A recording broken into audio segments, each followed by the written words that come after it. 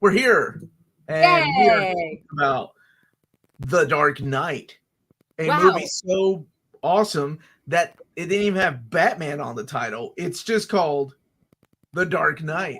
And so awesome that Omar just jumped right in without a jump right in. Let me tell you, was it really that good? I don't know. It is interesting to go back and revisit this movie, especially after the huge MCU and what they've done to reshape superhero movies. And everything that's going on with DC too. I'm sorry? And everything that's going on with DC. And everything that happened with DC, ups and downs. But here's some hopefulness because James Gunn, and holy moly, that dude is just everybody's savior. The comic books, the collected editions, the toys, the video games, the movies. Right. Let's just say he had gray hair before. Oh man, it's gonna be pure white. I don't know. It's gonna be crazy. Oh, what's up, Krypton? Thank you so much for this super chat. Yes. Thank you so kindly. Yes, thank you. And I'm sorry, guys, I wasn't on Monday. I been really crazy at work. Yeah, it's about to come to an end, but work has been insane. So my Wednesdays are the only time I get to pencil in free time for myself to do this stuff. But very excited that we made 80,000, and here's to another 20,000 more, right? And beyond. I mean, why stop at 20,000, Amanda? I just 80,000. I can just stop at 20. 100,000 is a nice milestone. It is for your salary. Like, those are things that would be nice. I see some collected editions behind you. Tina, why aren't you taking care of your wife? Your wife passed out on the couch, and you're not taking care of your lady?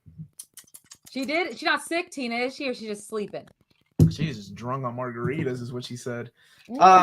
So yeah, tonight welcome back to Was It Really That Good? It's one of our segments where we go back and revisit a movie that is ranked really high, not by us, but by everybody. And this one is ranked high up there. Yes. So why is this episode needed? Because, man, this is a filler. It's a bottle episode. We ran out of ideas. No, I'm just kidding. No, well, next week we are going to do, we will be doing Ant-Man. It'll be a special time because we're going to go see it Thursday night and we'll do a review Friday. And Friday night to give everyone time to watch it. But, yeah, honestly, I was surprised. So we did, this is definitely a bottle episode. And for those who don't know, this is Reels Talk. I'm Amazing Amanda. That's my co-host, Uncanny Omar. Usually we do that in the beginning, but we just jumped right in. I don't know why I jumped right in. And he just opened his beer like literally 2 seconds. I heard it pop as soon as we went live. So I mean, he's not even drunk. It's not even an excuse. Wow. Anyway, excited to talk about a movie. My bad. But we so I was really surprised because we put this to a vote on YouTube. I really thought honestly that everyone was going to pick like Dark Knight Rises because out of the three, that one I think would be the most debated on its quality. So I was really surprised that everyone chose this one because I always thought the consensus was obvious on Dark Knight, but maybe I was looking at some of the stuff earlier. Mr. Elixir said answered no. So I am going to be interested. We're going to talk about it. About, a lot of people call this one of the seminal superhero movies that, along with the Raimi Spider-Mans, really changed the direction and thought of how we think about a superhero film in this day and age, right? This came out in 2008. I had just graduated from college, so we don't have to age. We don't have to age ourselves. I was getting right out of middle school. Big year. It was a good time. I mean, this thing grossed. It got a 94% Rotten Tomatoes, 94% audience score. So both audiences, critics highly revered the film. It made made $500 million, over $500 million domestically, $1 billion worldwide.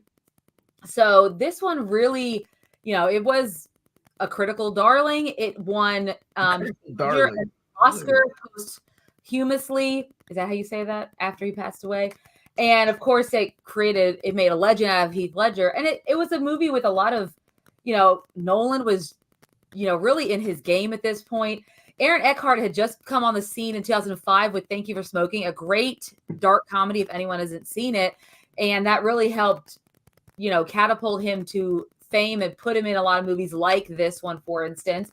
And of course, Michael Caine's always been big, and same with Morgan Freeman. They replaced Katie Holmes with Maggie Gyllenhaal as Rachel. Top of his game. Now he's retired. With a passion when actors are replaced. I mean, there are times when you can't help it. Actor passes. You don't say. You don't. I can't think of any actor that I'm you serious. were satisfied with. Whenever actors are replaced, I know. I was waiting for you to put it on. It's a pet peeve of mine. I don't care. But for some reason, she made a better Rachel. I don't know why. It's crazy. So yeah, go ahead, Amanda. Yeah, you're right. Christopher Nolan, he had done some things like Memento. I remember when he did that, and people were like, "Oh yeah, the guy did Memento is gonna do Batman." And who's the guy in Memento? Guy Pearce was the guy. Yeah, Guy Pearce. Mm-hmm. So that rumor was like he was gonna play Batman. I'm like, I actually like that guy. He needs to beef up, but he could do it. And we got Batman Begins, which to me is actually a really good origin superhero movie that. Not really slow, and I'd like to go back and revisit that one. But with this one, it was like we already established who Batman is. We got his origin. We got his connection to all these supporting cast characters. Now let's bring in the baddies. You wait to bring in the big bad for the second one. And when I first heard about the story, I was like, it was rumors like, oh, they're going to introduce Two-Face. They're going to introduce the Joker. And I'm like, man, if they do two, that's just way too much. It's like you're taking away from one if you try to do both of them, but we'll see if that works. Yeah. No. Nolan is notorious for his plot holes, but back then he wasn't doing as much. Back then, I think we let a lot of things slide, and the soundtrack by Hans Zimmer, man, oh my gosh, that soundtrack was so good. It really was. And I love the iconic Batman theme, Mask of the Phantasm animated series and. Tim Burton's, but it was just something really cool and unique about this one. Yeah, no, I agree. And yeah, what made this one very different? I mean, Batman Begins, then this one as well, it brought that artistry filmmaking to it that we hadn't really seen with a lot of superhero films, right? A lot of superhero films were just straightforward action movies, to say the least. There's obviously a drama and there's comedy, etc., but they were really focused or wanted to focus on the action and what limited CGI we had available in the 90s, early aughts. And so with this one, you can even tell in the way Nolan filmed it, some of the cinematography, some of the choices he made in some of the sequences, for example, like the lack of sound. Is it right after? I think it's the lack of sound after everything kind of blows up, right? And and we know that Rachel is dead and all that. There's like this, all of a sudden there's no sound, right? There's all these little tidbits that more prestigious films try a hand at that you really didn't see too much of in superhero films and things like that, because it was very much, it's just about the action, right? Superheroes. We want to see them fight the bad guys. And this is the same year that Iron Man came out, right? Because that didn't come out. That came out. Yeah, that also came out in 2008. So big year for superhero films. And also fun to note that the same gentleman who wrote Blade, which we reviewed not too long ago for a first-time review, David Goyer, also wrote or assisted in writing this as well. So I mentioned that when we were reviewed. I know. And now we can bring it back around. He came from the world of comics, so he was very familiar with how these characters are and supposed to be. So it was very interesting to see him come in. Because I mean, with Batman Begins, you're like, holy crap, that was a really good movie. And Christopher Nolan also got his brother involved too, who co-wrote like Inception and things like that with him. I cannot remember. Is it Michael Nolan? I think it was his brother's name, or is his brother's name? I think so, yeah. Regardless, he got his brother to come in and help. Again, teaming up with Hans Zimmerman on that freaking sound and score. And yeah, the return of, it's funny. Rewatching this, I was like, did I make fun of Christian Bale's Batman as much as I do now? Or did I think it was just so badass back then that it kind of got a pass? Because it's not as bad as in the third one, but he still has a few lines in this one that I'm like, oh man. I remember I saw this one in the theater twice. And I will remember the second time seeing it. I saw it with my brothers in Louisville, Kentucky, and somebody said something to one of my brothers as we were leaving, and man, I don't know what it is about these movies, but I was I was ready to go. I was like, "Did you say something to my brother?" I came back and he was like, "Which was your brother?" And I'm like, "That guy right there." And he was like, "No, sir, I didn't." And I'm like, "You damn right." I was wearing my Dark Knight shirt too. What is and Chris was with me and he was like, "What'd you say to that guy?" And I'm like, "I don't know, man, but I just saw Batman, so I'm ready to whoop some ass." But there's just this intensity to these movies. I drove all the way to Cincinnati, which is about an hour and a half from here, to just go see the first 6 minutes or 8 minutes of this movie, which was filmed in IMAX. We saw I Am Legend with a couple of my friends that live up there, and just to see that first opening, because it came out before the movie. The movie came out a few months later, and that IMAX opening, holy crap. That was amazing to see it in IMAX. I mean, that was the first thing that Christopher Nolan shot in IMAX, Yeah. before he went and did like Interstellar. I saw that in IMAX. Yeah, if you get a chance, which did I? Dunkirk. Dunkirk is the one that I saw. Dunkirk. Yeah, I saw that actually in when I was working in Alberta, which had this gigantic theater with this like huge sound. Oh my gosh, it was amazing.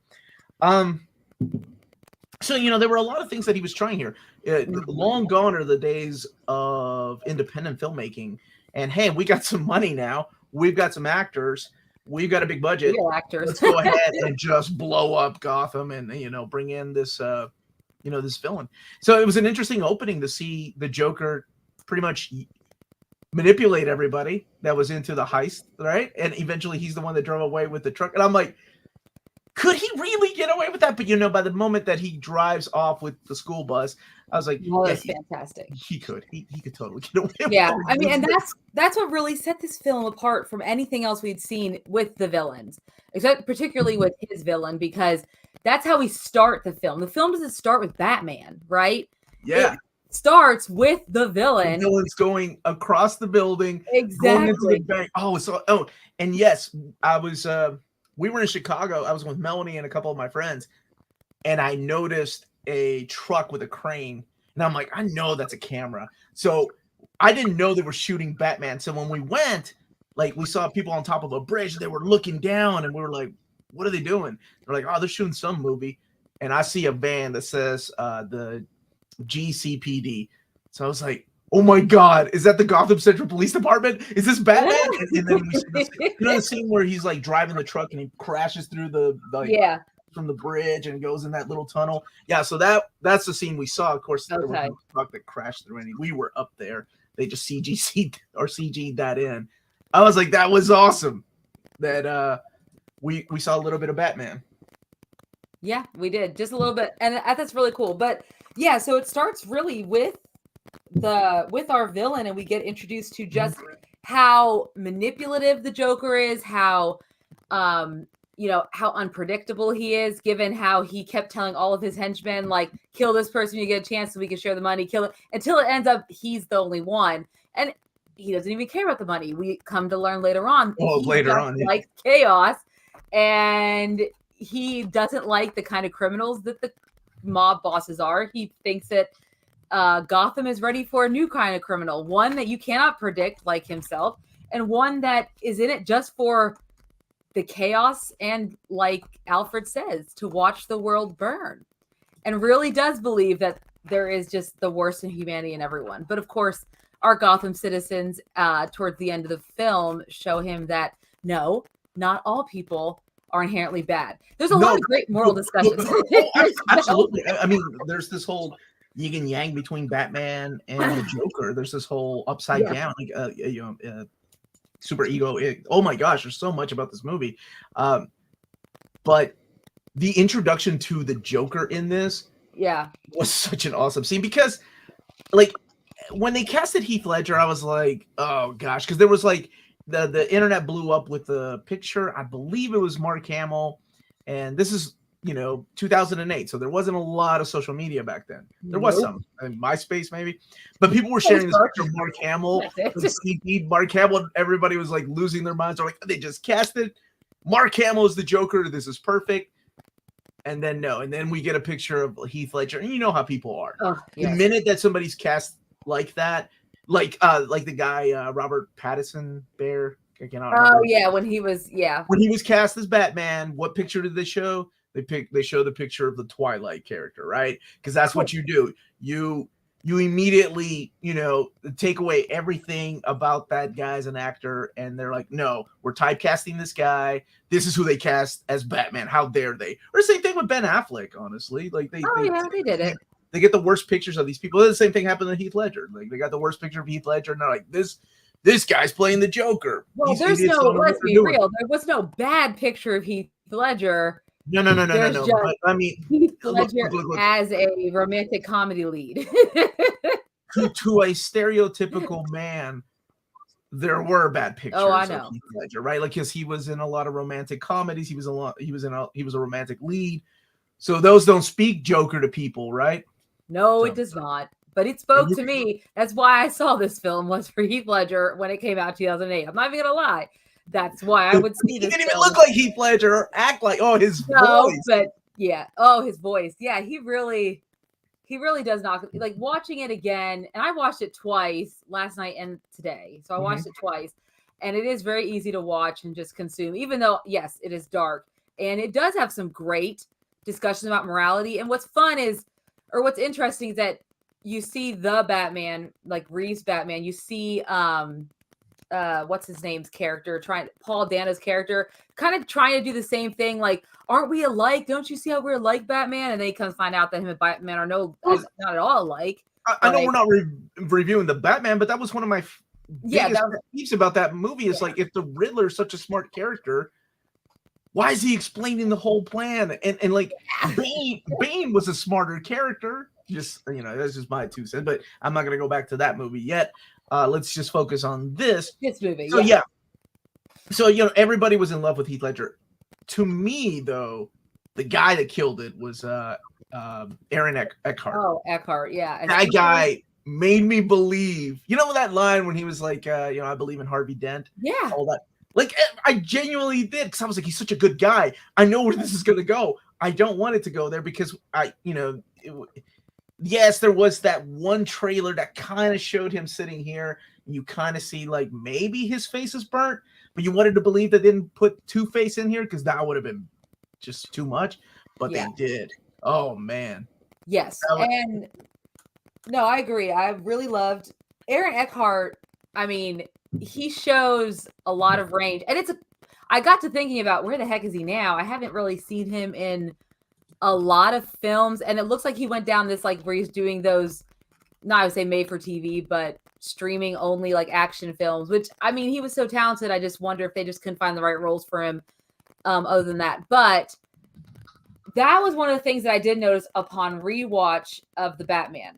It was the villains. Marvel's problem's always been, besides Loki, God, the villains, they're just awful. Though you could just, like, you can't have a lineup. Like, I mean, well, a lot of people, like, there's just so one note, you can't pick them out of a lineup. They all are just bland. Oh, yeah. I mean, outside of, like, the problem with villains that they're doing is they humanize them, right? Like Thanos. Thanos is he actually makes sense. Like, it's funny because I was talking about the Silver Surfer comic that original idea came from, where he was tricking the surfer into thinking, oh, this is what I want to do. This universe is getting too populated. We got to get rid of people. But that's not what he was about. He was about death, and he was just using that, as a joke. And he was like, no, I just want to get Death's attention. So it's like, and people were like, oh, Thanos. I mean, how many memes and posters are like, oh, Thanos was right. Or whenever somebody does something stupid, they're like, oh, Thanos was right. You know what I'm saying? It's like they really humanize those characters. The Joker is just pure madness. Like, it's super smart, but you don't know what he's going to do. And he has the perfect villain for Batman, borrowing elements from, the classic Golden Age Joker, who's just a murdering machine. But also the Killing Joke and the Long Halloween. Oh, yeah. Because he borrows Long Halloween for, of course, the origin of Harvey Dent. Yes, exactly.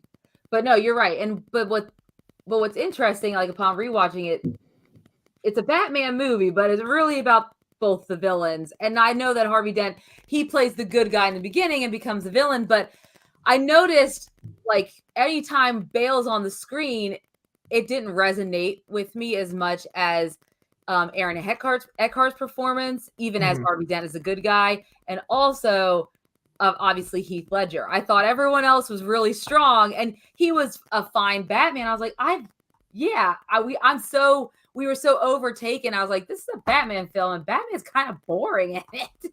And yeah, I agree. I mean, yeah. It's the villains that make the heroes, right? Like the comics have taught me that. Jack Kirby, the villains, the worse they are, the more horrible they are, the better your hero looks, even though your hero doesn't really have to do anything besides save the day. He doesn't need that complexity. Joker, oh my gosh, the moment that he's like telling you his origin story, I remember in the theater rolling my eyes. I'm like, this is so effing stupid. Why would they ruin a character by telling you an origin story of him? And then later on, he does it again, and he keeps doing it. Let me tell you how I got these scars. I was like, holy crap, you don't know what to believe because he's throwing curveballs at you, and that's what he does the entire movie. Yeah. Oh, so good. No, I agree. I think that's one of the things that really makes the film stick out is just that portrayal of the Joker. I think that's why everyone still comes back to this film time and time again. I think that's why a lot of people still, look at his Joker as one that everyone needs to, look off of as their inspiration or whatnot. And but when it comes to the film, I'm sure that's not Jared Leto's Joker. No one. No. I don't remember that Joker. Oh my gosh. Oh wow. But no, and so what I like about the film is, and it does make, unlike a lot of other superhero films in this generation, I wouldn't say after, because obviously we've gotten a lot, but it treats its audience as if we're a very smart audience. There's a lot of, the plans that the Joker goes through that are he's always one step ahead of Dent, and he's always one step ahead of Batman. He's always one step ahead of Commissioner Gordon, or police chief and then commissioner. He's always one step ahead of them, and all of his plans, it's so unique and unpredictable, and the way it's all written out, the way it's so well done, and it does not treat us, the audience, it doesn't dumb it down for us that we can't, but it makes it easy enough for us to understand it. I think that is just a testament to the writing as well. Thank you. That is so well put. That's exactly my problem with the Batman, that if you're going to have a smart character, then he doesn't need to explain the plan to the good guy and therefore the audience. The idea behind the Joker, like everything about Batman and the Joker is in that amazing scene. Shut up, Ryan. Is in that amazing scene after Batman catches the Joker and he's upside down. Yes. And the camera, the cinematography, flip, because it's the same coin. I mean, it all goes back to Two-Face. It's all like, this movie is so well written, and I know it has a couple minor plot holes. I don't care. I thought it was so good, man. Like everything they did in this. And when you mentioned the citizens of Gotham were, stood up to the Joker and, showed them what they're really about. It wasn't even the citizens, like the top tiers. It was the people in prison. Yeah, the guy that took the thing and like broke it. Because everybody, I remember in the theater, oh my gosh, the experience of going to the movie theater opening night. It was I didn't even get to see, like, I didn't see it next to my friends. Yeah. I had to sit, it was me and Melanie, and then like, I don't know who else, but we were all like, oh my gosh, what's going to happen? Is he going to take the thing and blow it up? Oh, this is crazy. It was the Joker that I remember from the comics, but a really creepy, darker side of him. Like, I remember that scene when he captures the police officer, and he's got like that really dorky, nerdy voice, like, and then he just starts yelling with a deeper voice. I was like, that is so awesome. And I think they try to do the same thing with the Riddler in the new movie.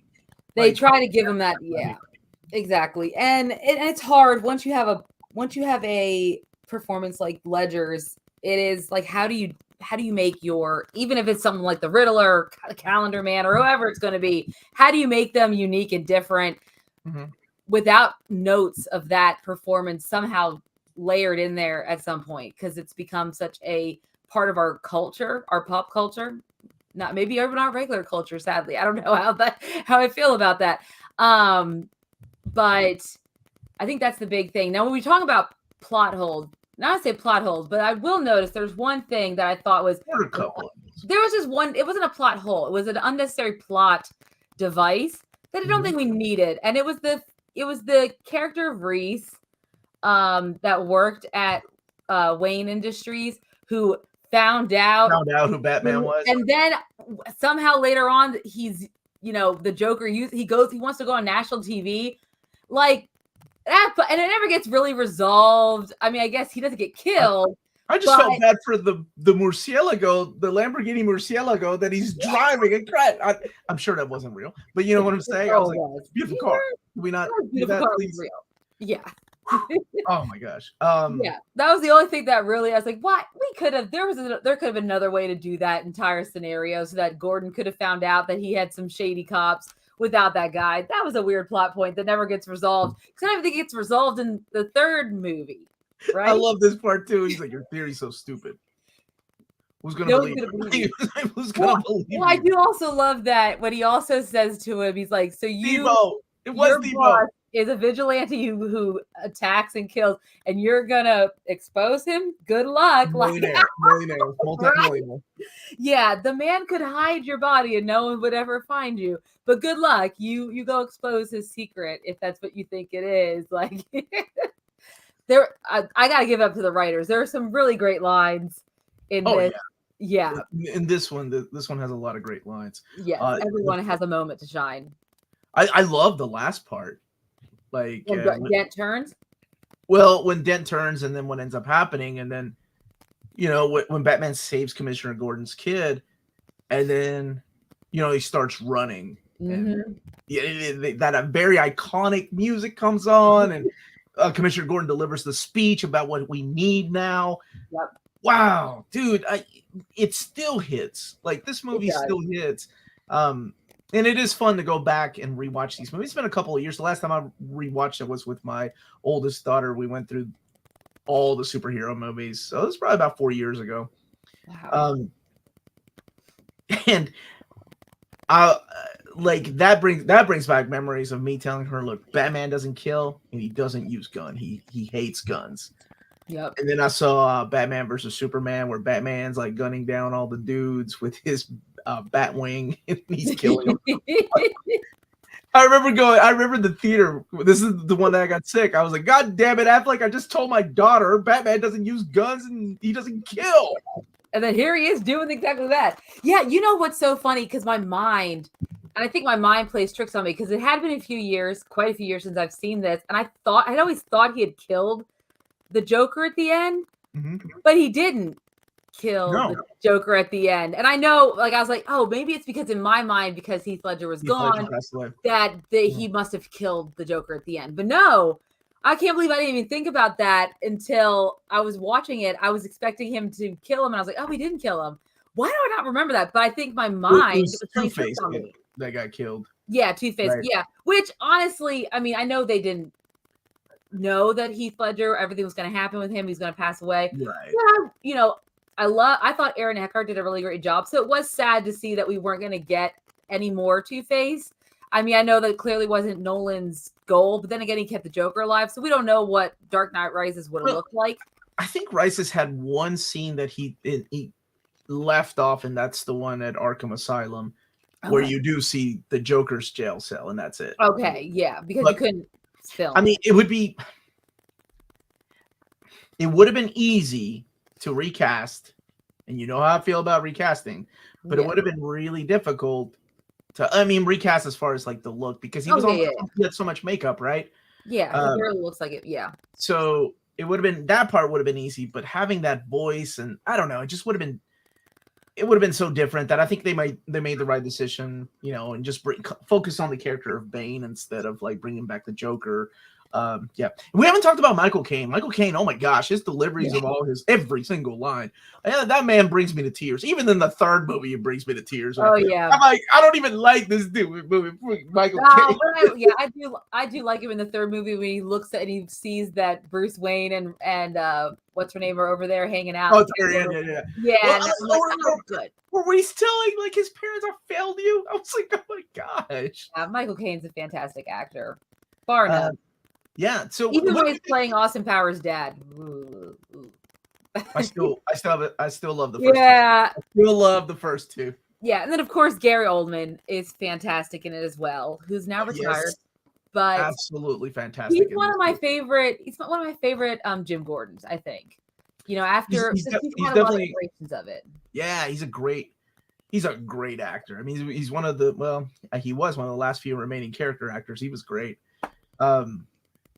He killed it as Commissioner Gordon. What did you think about Maggie Gyllenhaal replacing Katie Holmes? So we didn't talk about that. Yeah, I was indifferent. And King's Protocol, I want to come back to your whole question about, that's a good question and stuff. Yeah. But as far as Maggie Gyllenhaal, I've never been a huge fan of Katie Holmes. I've watched Dawson's Creek as it was coming out because it was in my time period. And it was in my repertoire of things to watch. And she was not my favorite character in Dawson's Creek. I didn't like Killing Mrs. Tingle that she was in with that Barry guy from Seventh Heaven. And I was never... You're what? I don't know what you're talking about now. Yep, I know. You don't, but I do. I was never a fan of her. And I didn't think she was particularly one way or the other. And that's the problem with some of these early films and their female love interests. They just were meh. So I actually enjoyed Maggie Gyllenhaal's. I did too. I liked her because she is, in terms of, I think she's a better actress. That one. I mean, have you seen is it Secretary? Is that what she's in? Okay, so I have a confession. I have a confession. Where she's like, I know all about it. Yes, okay. I have a confession. Okay. After watching this movie, I remember telling my buddy Chris, who was still living here. He now works in Hollywood, and he was like, dude, Maggie Gyllenhaal's so hot. And I'm like, whatever, dude. She's not hot. She kind of looks like her brother. And he was like, you need to watch Secretary. He was like, you need to watch Secretary. And I'm like, okay, how is that going to make... I take back everything I said. I remember texting him going, James Spader was her. It was James. It was, I think it was the last time it was James. Okay, stereotypically hot James Spader, right? Because then he started looking like an older James Spader, which some ladies and men are still attracted to. But like the stereotypical good-looking James Spader from the 80s. I think that was like the last role. But yeah, she was super sexy in that. And a completely different look. And now I can. Yeah, she's very attractive. Yeah, I can see why Batman would be attracted to her, and she really does bring across. She brought across that intelligence factor for like it would make sense for Harvey Dent to fall in love with her, and for, of course, Bruce Wayne to fall in love with her, because she is not like the other women that he, like the Russian ballerina. She is so unlike other women that he would find. Of course, not only is she a childhood friend, but yes, it makes sense for him to be attracted to her. So Katie Holmes I never bought as that childhood friend type of character for some reason. Well, just for Dawson, she was his childhood friend, but that's it. Oh, Dawson's Creek reference there. I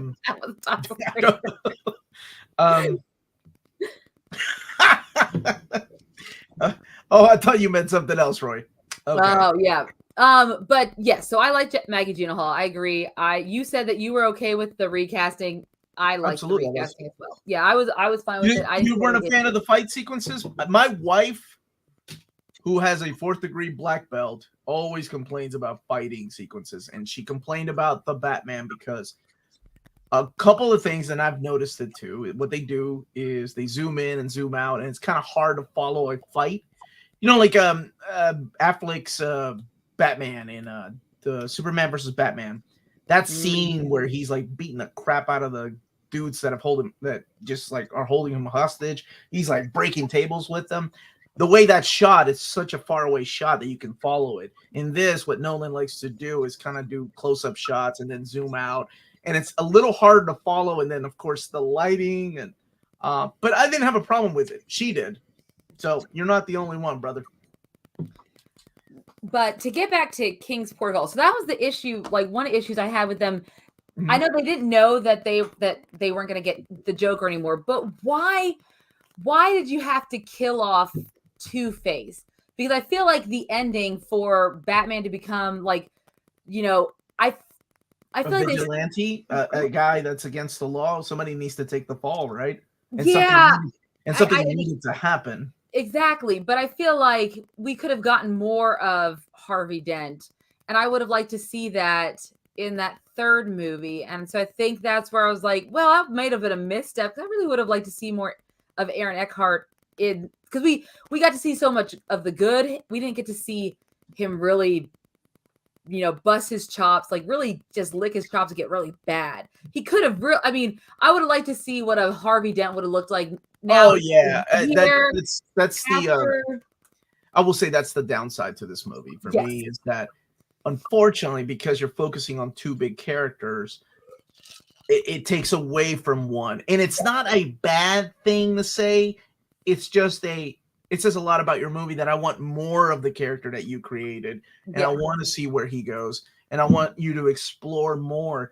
Like, it's amazing that the you know, how exact opposites Batman and Joker are. Like, Joker's this weenie guy that looks like you can beat up.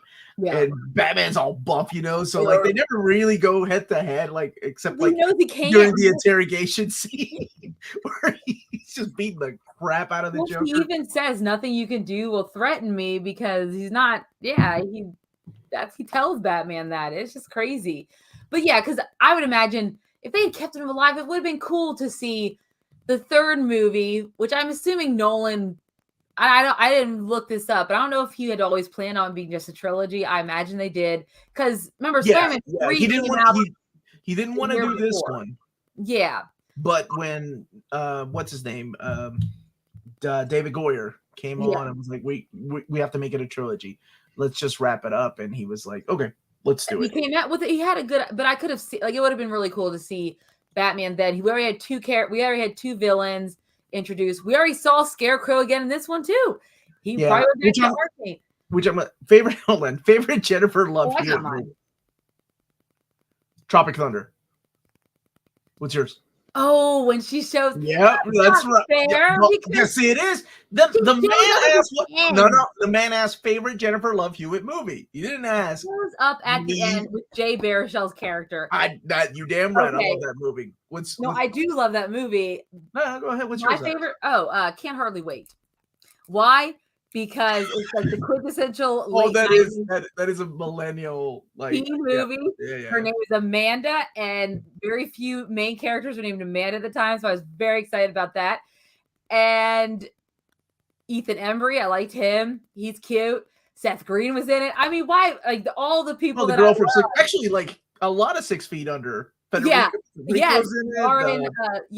Amber, I cannot remember the redhead's name. Really cute, but she's in it. Lauren Ambrose is in it. Her boyfriend from season 1 is in it. Yeah. Okay, it was a cute movie. It's no Tropic Thunder, but it's a good. Okay, cute well, movie. That's my favorite, because I wasn't a fan of like I Know You Did Last Summer films, and God, definitely not Heartbreakers. And why do I know so many Jennifer Love Hewitt films? Why? What about Ghost Whisperer? That was a TV series. That was a TV show. It doesn't count. Okay, so where were we talking about here? We were talking about what a third movie could have looked like if they had not killed off Two-Face and we got the Joker. You know, if Heath Ledger had not passed away, it would have been. I mean, I think we would have had a more satisfying conclusion. I don't know. It's just me, but that was one of the biggest pet peeves I've had. Like, why did you have to go and kill off Two-Face? Because there still could have been. I feel like, and I'm by no means the writer, but I still felt like there could have been a way to finish it with the moral of the story that they wanted to get to without him having to die. Yeah, he could have went into hiding. Who knows? As a comic book fan, you know, I thought this movie was great, and I was really happy that my non-comic book reader friends were really loving it too. They were like, "Oh man." Yeah, can you suggest some Batman comics to me? And of course, only one or two actually took my suggestions. And yeah, it's just really cool. It was one of those movies that brought in people to read comics for a while, and it was nice. It was nice. And I would have loved to have seen more. I would have loved to have seen Man of Steel. I mean, all these what ifs, right? Like, what if, if they actually had a vision instead of like, let's just separate that Batman. We'll cast a new Batman. And oh my gosh, it just felt like they were making things up by the time those movies were coming out. What's up, man? The one time I tuned in online this week, and I find you guys chose a good night to get on the web and stop sniffing glue. That's right. They definitely could have explored Two-Face. His character arc was complete. There isn't anywhere else you could go. Oh no, but I mean, if you're a fan of the comic books, if you're a fan of the comic books, you know where Two-Face goes from there. He becomes like. I don't agree with that because they could really explore now that he's lost everything, right? You never got to see him go dark outside of like holding a kid up to that was as dark as it got. We could have seen it get really dark. Take down not Tommy Lee Jones dark, but it yeah, we not mentioned that. It could have got dark. Yeah, I still think there's more you can Park Outdoors is not a fan. You didn't dig this movie. What about it did you not dig, my dude? What did you not dig about it? Tuxedo. I remember that with Jackie Chan. Remember the rumors of Johnny Depp being the Riddler in part 3? I remember the rumors of also oh my gosh, it broke his heart when he wasn't casted. Who? Robin Williams when he wasn't casted in the original, and then the rumors were that he was going to be in there as the Riddler too. God, it's a shame. Man, I forget how long ago these movies were, guys. Because I'm thinking, when Rob Williams passed away? Wow, it's these movies. This movie. I mean, wait, how? This movie is 15. I love that you played it safe. You're like, it's over 10. Over 10 years. I know it's over 10 years old. Wait a minute. I got married in 2008. I should be able to do I know. You were already married by the time this movie came out. Because you got married in June. This came out in July. So you're already married. Can somebody help me with my anniversary this year? 15 years? Oh my God. 15 years. I hadn't moved to Kentucky yet. I'm still flying back and forth with a knife. Look at you now. Kentucky bound, baby. Nope, wait.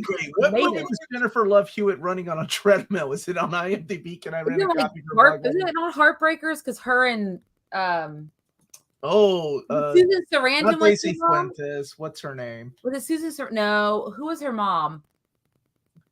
I haven't seen Heartbreakers. No. I haven't seen Heartbreakers. I don't know what you're talking about. I don't know. They pretend to they fall in love with a husband and their son. Gene Hackman's in that. Yeah, but Sigourney Weaver. Yes, that's who it was, Sigourney Weaver. But I know my Jennifer Love Hewitt movies. I didn't think you needed her. You've seen her in Can't Hardly Wait. She's in that skimpy tank top. Why am I talking? You don't need her to run on a treadmill. You just need to. I was all about the redhead in Can't Hardly Wait, not Jennifer Love. Lauren Ambrose. Yeah, she's cute, man. She was in 6 Feet Under, and then she was in Torchwood, the American Torchwood. Yes, she was in the American Torchwood. Correct. Mm-hmm. Yeah. Now, what the hell were we talking about? Oh, Stay on target. Yeah, this movie. This movie. Yeah. So, what did you think about the nominations though? This is one that got nominated for an Academy Award, right? Yeah, I think it got nominated for. Well, it won. What did it get nominated for? I know you're going to ask me that. Dark Knight. I know it got nominated for. I'm going to send all my questions to you ahead of time before you do it live. We should do that. I don't know why I don't. And so it got Best Supporting Actor, which it won.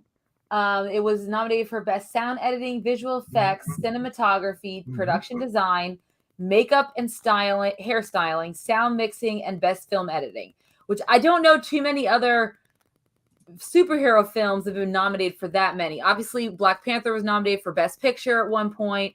And this year it's not, Wakanda Forever has been nominated. Black Panther 1 was? Yeah, I thought it ended up in the Best Picture nomination for because remember when they expanded the categories to 10 or whatever.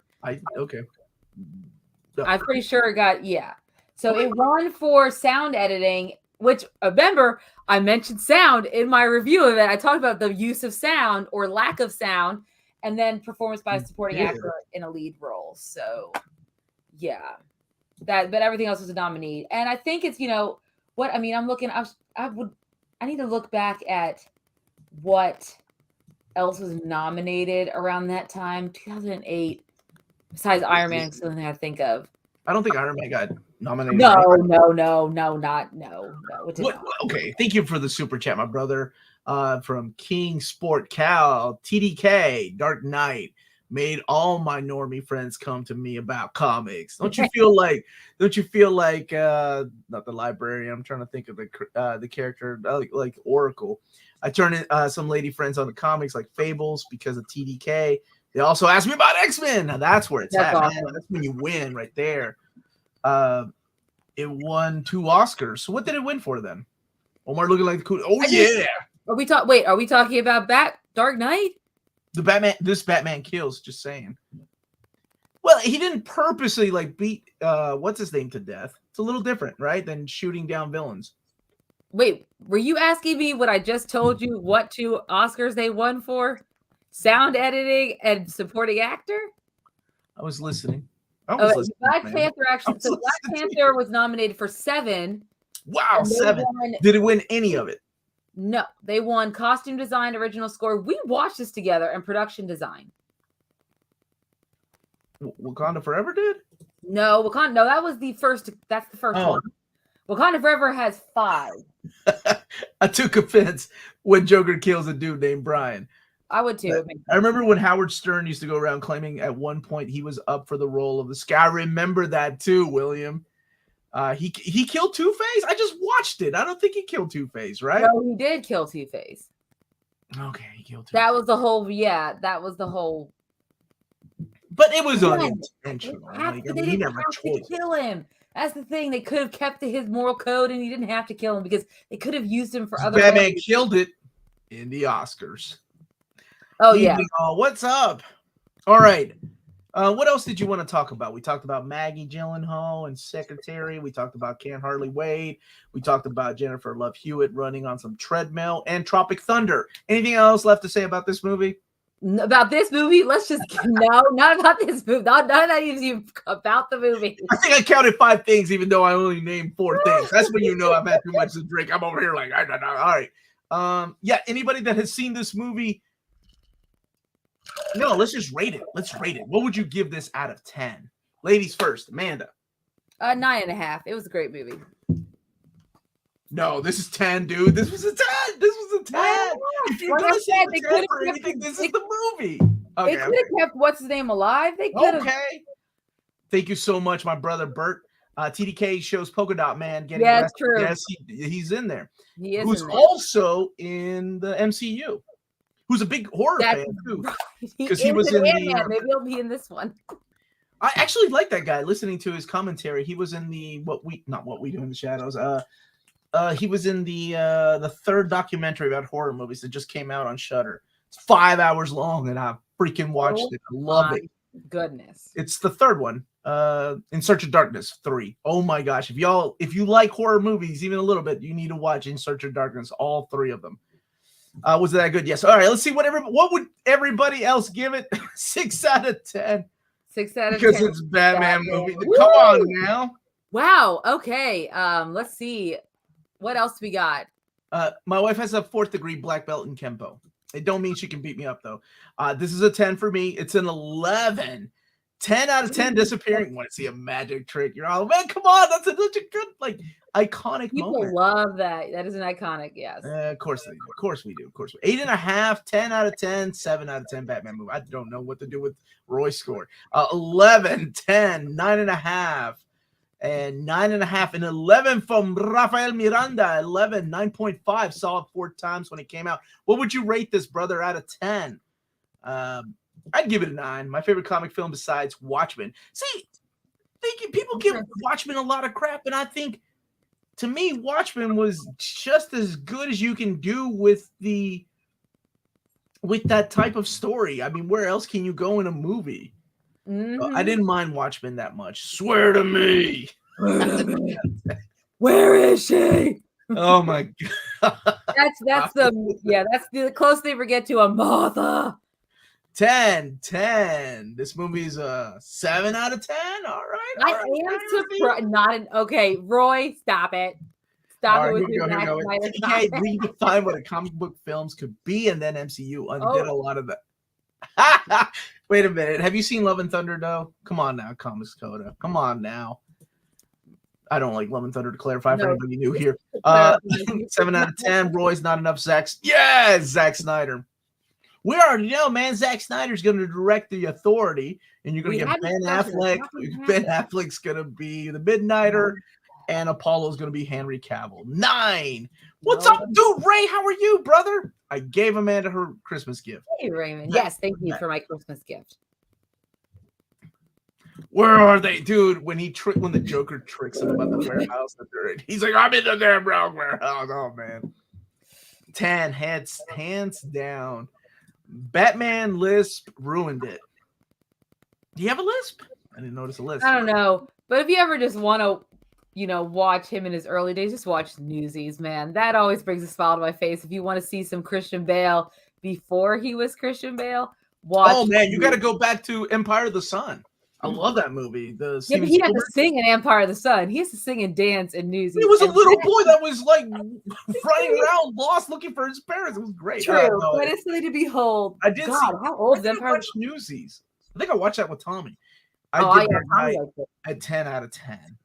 Hot take. The ending was that stupid prolonged boat scene with the dumb boating thing.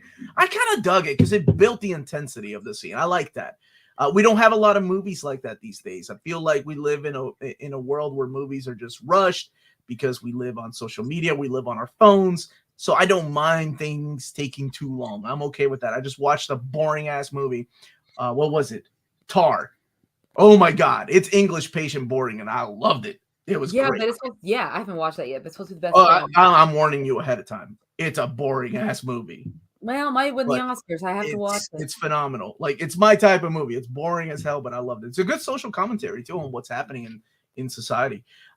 So let's see. Drawn out, and they should have devised a different final shot. But what kind of showdown would you have had with the Joker, though? Right? Like, it's hard to have an actual physical showdown. Yeah, because you can't fight him. He's not a physical villain, so it is different. And I think they did it in a very unique way. I thought it was cut well, where I didn't feel like it took too long. I think maybe if you had to choose between the hospital versus maybe we were getting too many Joker tricks, and we need just to. But that amazing scene though with the hospital when he's walking away and it doesn't blow up because of apparently that was not scripted. Yep, I think is very cool. That was awesome. That was Heath Ledger like, oh shoot, I was expecting it to blow up. And the way he acted, he just went like that and kept walking, which is the way this character would act. So I was good with that. It's so great. I love that. Yeah, but. Yes, so that is Batman Dark Knight. Before we go, there's a couple things I did want to talk about. What do you want to talk about? Feelings? Tropic Thunder? No, the first thing I want to talk about is the casting rumors that have been going around about Fantastic Four, because now it's like really heating up. Oh, we got more rumors? How good are these rumors, though? Well, the rumors, obviously, I'm sure you all have heard about Dev Patel being cast as Mr. Fantastic. He's the guy from Can't Hardly Wait. Nope. No, Slumdog Millionaire. Slumdog Millionaire was really close. Dude, we didn't even use any of your gifts. Well, we just talked. What a great gift. Right, Dave Patel. There we go. Dave Patel. We don't even have a gift of Dave Patel to show people who he is. I know. Dude, I love this scene. Was so good. It was a good scene. I think that's one of the reasons why I liked her so much as Rachel. Now we're back on this topic. She was good. Yeah, she was. I couldn't imagine. Where is she? Where is she? Okay. Dave Patel is going to be Mr. Fantastic. Is that what we're saying? That's what the rumors are. Even though Matt Shackman, who's doing a Godzilla project, is like, I don't know. We haven't really thought about it because I'm still finishing up this project. I was like, you may not be, but I bet you casting directors are. So that's a clever lie, but I know you guys have casting directors, and I know you're not sitting there doing all the work casting this thing. That's why they hire casting directors. The more you know, everybody. Yeah, but I don't know. I mean, how do you feel about Dev Patel? I mean, obviously he's younger than Krasinski. He's a younger take on it. Not as young as like Miles Teller was when he played Mr. Fantastic in Oh, he was fantastic. so bad at that. I'm so glad that guy got better at acting. I like Dave. I really like him. I think he's a great actor, and everything that he's been in. He was in Lion. I really like that movie. Green Knight, even though it wasn't my favorite, it was still a pretty good movie, and he was great in that.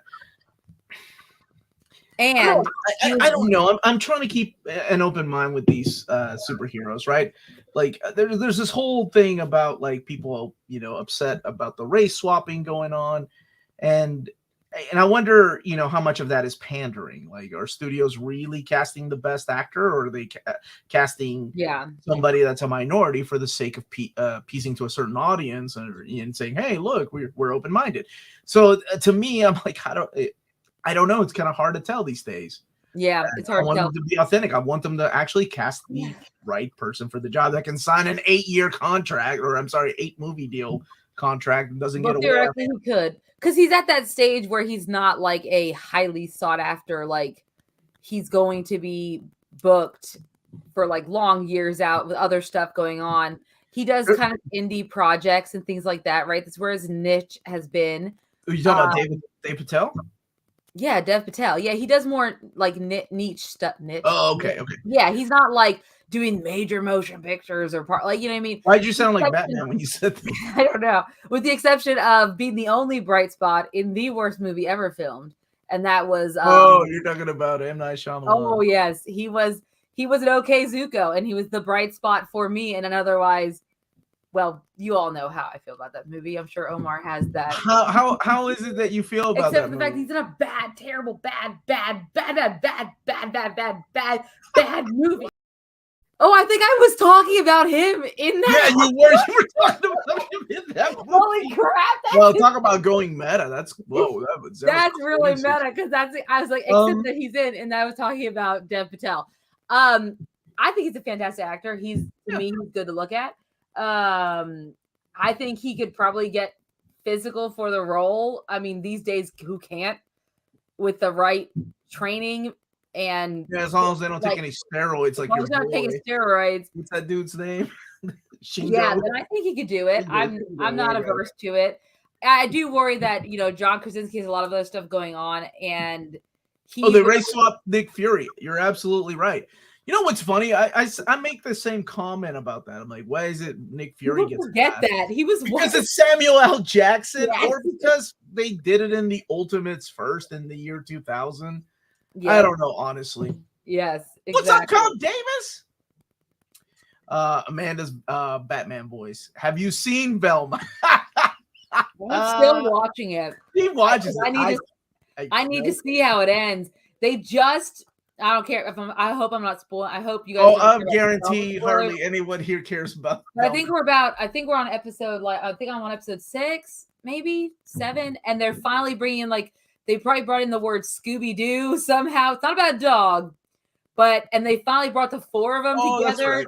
They finally brought Velma and Daphne and what is his name? The hot one. Norbert, not Shaggy. There is no hot one. The guy with the tiny penis. What's his name what's that? Fred. Oh my gosh.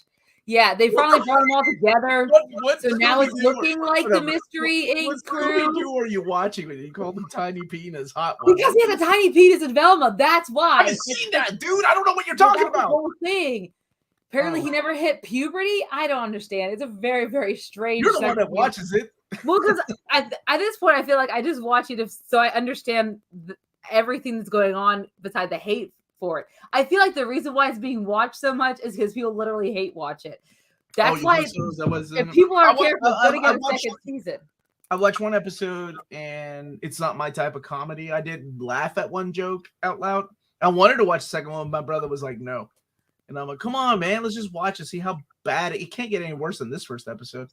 I didn't think Reed Richards is a character that is attached to his race in the comics. At the end, he is a genius in a university setting, and it sounds about right. It could work. I mean, Harley Quinn Valentine's Day special. Cool. Comes out tomorrow. Man, they're just dropping the Pen 11 there. Well, I think we could say that. It's just anatomically correct. Who the hell's Greg, Roy? Why are you watching 2 videos? Oh, he said wrong chat. Oh, jeez, Roy. Scooby-Doo's still a thing. I don't even know. I don't know. John David Washington is Reed. What do you think? John David Washington. Amanda, help me out. Who is that? From what's Nolan's most recent film? Is it Denzel's son? Denzel's son. What's that? Oh, yeah, that guy kills it. He's good. I can see that. Yeah, I like that guy. The comic had an explanation that Nick Fury had a black son. No. You know why they did that, though. No. Let me tell you a little bit about comic book history here. All right, you're gonna learn today, because the Ultimate Universe had Samuel L. Jackson, and he even joked about who would play me in a movie. Samuel L. Jackson. All right. Years later, we get Iron Man. Who plays Nick Fury? Samuel L. Jackson. In the 616 universe, that idea came after the movies, because they said, "Oh gosh, we gotta make sure our characters are like the movies. Eventually, we got to replace Nick Fury." So there you go. That's where the idea for the son came from, after the movies. So that idea originated from the Ultimates, which then they borrowed for the movies, and then they borrowed for the 616 universe. That's how it happened. It wasn't because it's based on his son. That's just how they said it. They race swapped Joel from The Last of Us. Now he's from Chile. What kills me, though, online is people don't even bitch about that. They bitch about the young girl or the young actor that's playing. Why? Because she still doesn't look like Elliot Page, who's no longer. No. I think they are non-binary, so they have issues with that. And everybody's like, nobody's bitching about this dude that's from Chile that's playing a white guy. Like, so it turned into like, oh my god, let's complain about because they're killing it though. I'm enjoying. Are we gonna review Last of Us on Friday? Well, we were gonna announce that at the end, but I guess we'll announce it now. I'm drinking. So I gotta announce things now. I don't know if any of you follow Super Bowl or football, American football, but Super Bowl is this Sunday. HBO, in all of their wisdom, thank God, decided that because the Super Bowl is Sunday, they were going to release Last of Us Episode 5 early on Friday night. So Omar and I are going to watch it, and then we are going to do a review right after. Maybe give us like 15 minutes to get downstairs, prep, and all that stuff. But we're going to do a episode 5 and then the season thus far. So mid-season review of The Last of Us. Since we did a beginning, we did episode 1, right? And then we'll catch us up on what happened in 2, 3, 4, and 5. And we'll go from there. It'll be a little bit later than usual, obviously, because the show will probably not air until 9 p.m. Eastern Standard Time. But if you want to stay with us, stay up that late with us, we will be on talking about Last of Us mid-season review this Friday, because HBO, in their infinite wisdom, threw us all a bone, because I'll be watching to see if the Eagles win. So there we go. All right. I'm going to go back to this guy. What are you doing, man? Are you sure you want to go down this road? You want to open this door? You open this door, baby. You're just looking to let the damn floodgates out, all right? What are you talking about? Ultimate Universe is different from the 616? Oh, please explain it to me. What do you mean? The Ultimate Universe is not the 616 universe? Is that what you're saying? Please, tell me. Tell me what you mean, because I don't know what you're talking about. As usual, I'm wrong. What are you, my wife? All right. In an unrelated, also related news, congrats once again on 80K. For a guy that doesn't know what he's talking about, he's doing okay. That plus officially announcing Cat Brubaker 5 reprint makes this an awesome week. We ain't done with reprints either, baby. Some people just can't be wrong. You watch that, don't you? I haven't started the second season, but yes, I will be. Oh, that's not Omar. I don't think has watched the first season. I did. I watched it because I have the. You liked it, right? Yeah, I have the comics. They're are they over there? No, they're right here. Yeah, they're right here. So I've fixed where so I have the original. I have the comics that they based them on, right? And then so I'm gonna watch. I'm a bigger fan. I have the library editions that I haven't. Well, I'm sure you do. But I can only do what I can. No, it's only because Dark Horse sent them to me, and I let Maddie. Oh, okay. Well, Maddie, I didn't know you liked them. My fault. My fault. Speaking of Denzel, he is missing a portion of one finger on one hand. You'll never unsee it. You're welcome. Thanks a lot. That's like me pointing out that the Black Power Ranger in the original season to my friend, I was like, he's got 4 fingers, but why is it when he morphs, he has 5 fingers? And he's been a Power Ranger fan for like 30 years. And he was like, I hate that you just told me that.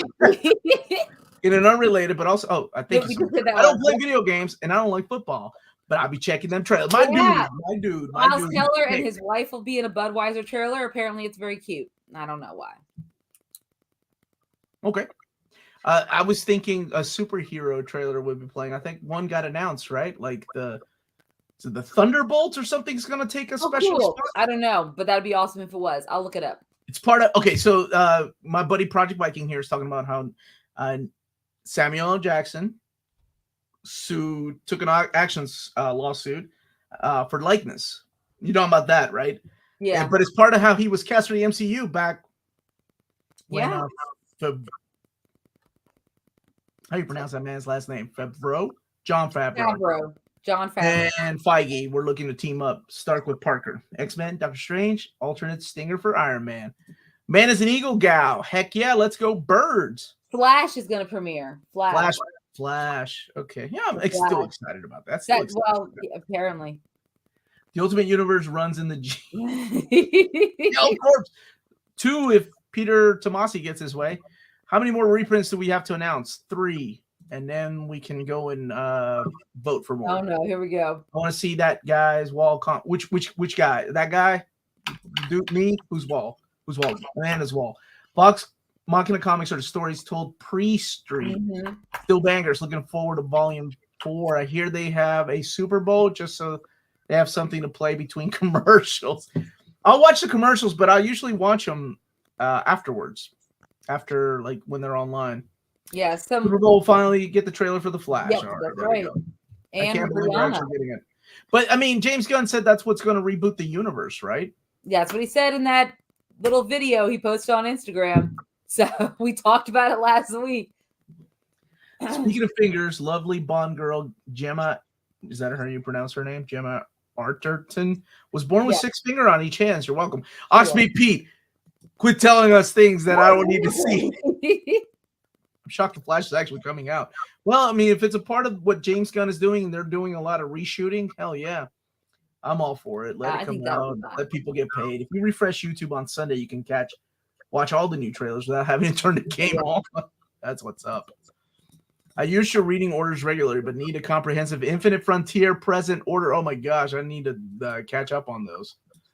Amanda, the Lionheart wants a room tour. Lionheart, it could be a really small room tour, but you want like her. I'll just move.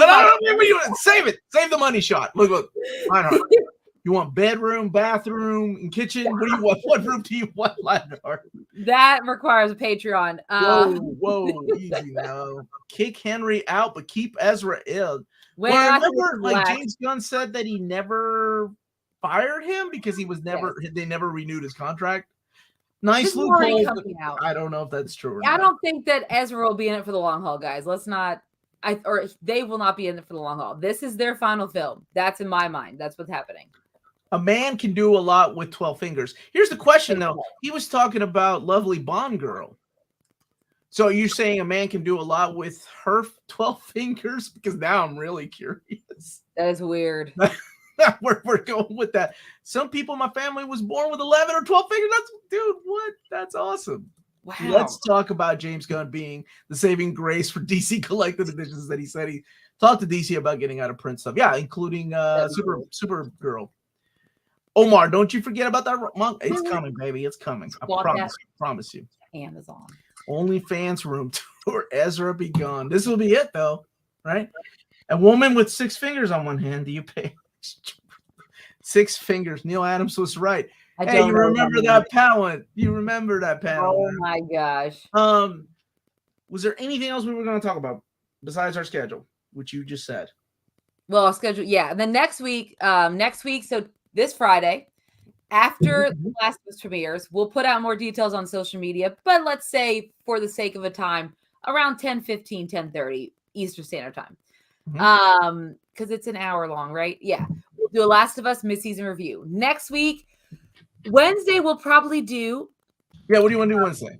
Yeah, Wednesday, we're probably going to do a Valentine's Day related. It'll be a little bit day late, but we're going to do a Valentine's Day related. What are you making me watch? Episode. And Omar doesn't know that I'm going to somehow make him watch Magic make me watch The Last Dance. No, I'm just kidding.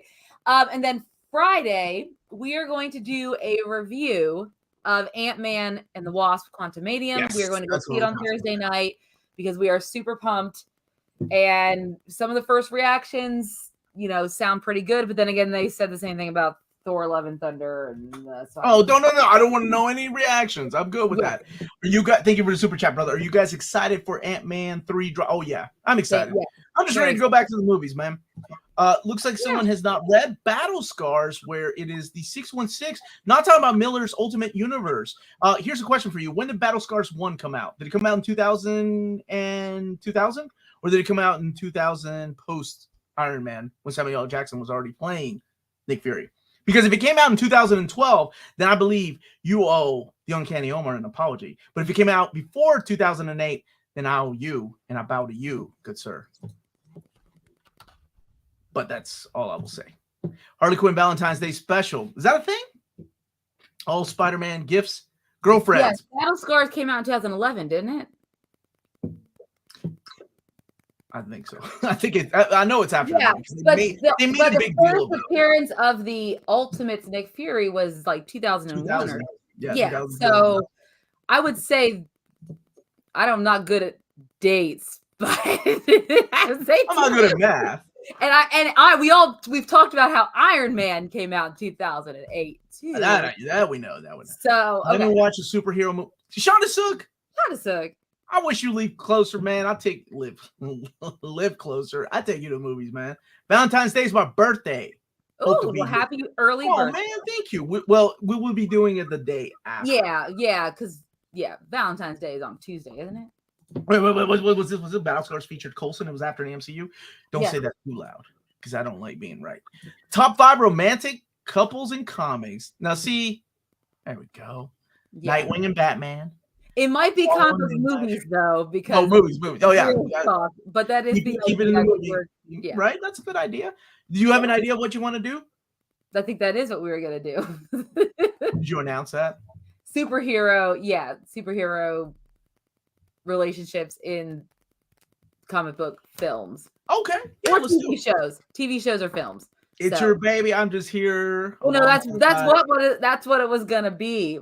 We hadn't fleshed out his top 10, top 5, but it'd be like for each of us, we get to choose. And let me clarify something really quick though. To go back to this, I am wrong a lot.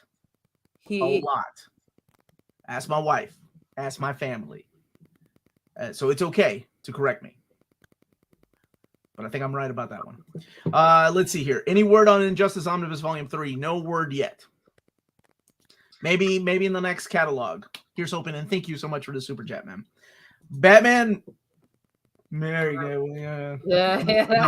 Things are on there. I like the 10 MCU X-Men. Wait. I like the main 10 MCU X-Men. Oh, to be 30, 35-year-olds. The 10 of young mutant kids. I mean, where would you go from there, though, right? Like, it's so hard. Do you think Batman and Robin, Dick Grayson, will be reprinted now that DC slate is kind of inspired by it? Batman and Robin, Dick Grayson. Are you... Oh, I'm sorry. You're talking about Batman by Grant Morrison. Yeah, it's Grant Morrison. It's Batman. That will be reprinted, I'm sure. Yeah.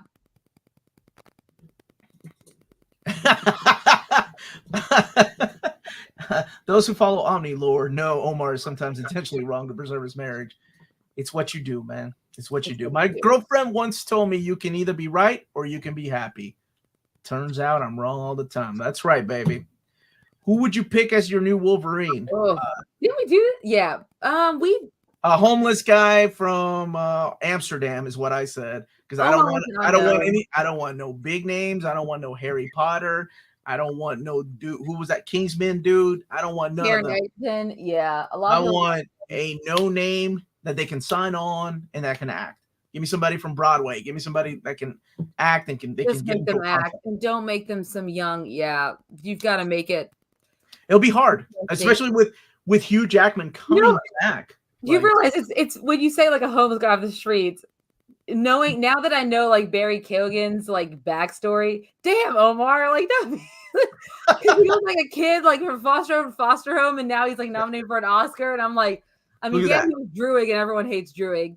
Thank you, but Thank you, Eternals. But I mean, yeah, dang, Omar, you already got one. Like, come on. Where's the Marauders hardcover volume 2, my dude? I didn't get my copy yet, man. My monthly shipping, I didn't get a copy from Marvel, so that's coming with my orders. So it will come. It will come. All I want for Valentine's Day is Rogue and Storm and Jean Grey, Jennifer Love Hewitt, Starlight from The Boys, Lois Lane, Catwoman. I like where this man's going. I like that he threw in, by the way, Jennifer Love Hewitt. Like everybody else is a fictional character, but Jennifer Love Hewitt from Tropic Thunder. Yeah, but it's so funny. I love it. Someone short, Jackman's not short. I'll be honest. Height doesn't really bother me. I mean, he can be, as long as he can act and have that Wolverine, feel. But it's going to be hard to cast. No matter who it is, it's going to be like the Heath Ledger Joker thing all over again. It's going to be difficult. Robert Pattinson thing all over again with the Batman. It's not until they actually see him on screen that people are like, oh, they made the right choice. Because, I mean, look at when Hugh Jackman was cast. Nobody knew who he was. And people were making fun of him, too, the way he looked. He was too scrawny. He's too tall. It's just the way comic book fans are in general. Anything else, Panda? No, that is everything. But remember, we will be back this Friday to do the Last of Us mid-season review, but it'll be a late one. We'll post on social media so you remember. And then, of course, next week, we got 2 shows lined up for you, Valentine's Day theme show and Ant-Man the Wasp Quantumanium. Aren't we all excited? It's been a minute since we've had It's been 1 minute. Wakanda Forever was the last one we did, right? Yeah, that was a lot. Yeah, but that's been like 2 months now, so it's been a minute. I'm ready. I swapping Tom Cruise as Jack Reacher. They did a little, but hey, I did watch the show. The first season was pretty good. Alan Rickson. Not Alan Rickman, sadly. No, Alan Rick. What's his name? It starts with an R, but it's the gentleman who played, who was in Titans and also in Smallville. Oh, he was Green Arrow in Smallville, right? Not Green Arrow. No, Aquaman. Aquaman, that was it. Yeah, no, he's tall. So they fixed it. Oh my goodness. All right. So with that being said, guys, thank you so much for watching. Don't forget to hit that like and subscribe button. Remember to follow us on all of our social media channels at nearmintcon. Remember, check us out on Spreadshop for some great near mint condition merchandise. And also check us out on Patreon for $1 a month or more. You can support us here at this channel and all that we do. And remember, if it's classy and cool, it must be near mint. Good journey. We'll see you on Friday. Bye, everybody. Friday night. You got a date.